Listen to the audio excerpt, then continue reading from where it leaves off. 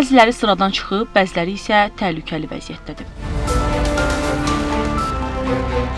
Paytaxtın bir sıra yerlərində mənzil tikinti kooperativlərinin həyətində yaradılan parklarda atraksiyonlar baxımsız qalıb. Xəbər ertəsinin qaynar xəttinə Zığ şosesində yerləşən MTK-lardan birinin həyətindəki parkdan görüntülər göndərilib. Binanın həyətindəki yerləncəklər qırıq və istifadə üçün yararsızdır. Belə yerlərdə oyun avadanlıqları elə vəziyyətdədir ki, uşaqlar üçün əyləncə yox, təhlükə mənbəyinə çevrilib. Sakinlər deyirlər ki, MTK-lar bina tikildikdən sonra həyəti təhvil versə də, sonrakı illərdə bu ərazilərə nəzarət edən olmur. Analoji halla digər binaların həyətində rastlaşmaq mümkündür. Qaray metrosu yaxınlığında yerləşən binalardan birinin həyətindəyik.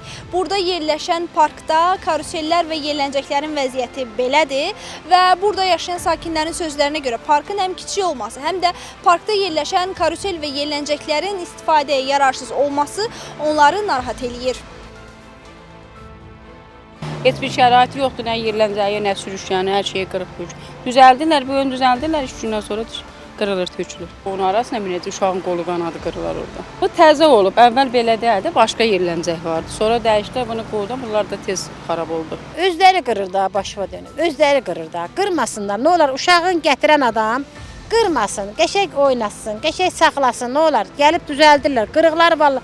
Bunlar qırıq idi, hamısını gətirdilər, düzəltdilər. O çoxdanında qırıblarına baxmırlar ona. Var da bir müddət var ki, baxmırlar. Ondan uşaqlar otura bilmirlər onun üstündə. Nəticə sınıqdır da otura bilmirlər. Əmlak məsələləri üzrə ekspert Ramil Osmanlının sözlərinə görə bu cür hallar daha çox mənzil tikinti kooperativləri tərəfindən edilir. İdarəetmə forması qanunvericiliyə zidd şəkildə edildiyindən MTK rəhbərləri yalnız qazancı düşünür.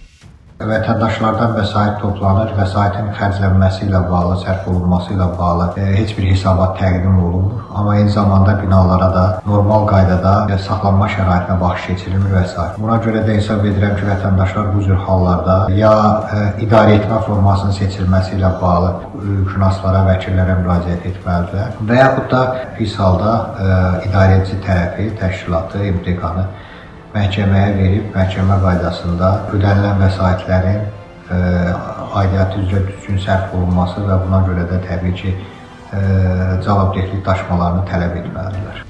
Ekspertlər bildirirlər ki, məsələ təkcə texniki deyil, həm də məsuliyyət problemidir. Uşaqların təhlükəsizliyi üçün bu meydançaların baxımsız vəziyyətdə qalması yol verilməzdir. Vaxtında görülməyən tədbirlər gələcəkdə daha ağır nəticələrə səbəb ola bilər. Firuzə Məlikzadə, Cabbar Qaryağdıoğlu, Şəbnəm Qurbansoy, Xəbər ertəsi.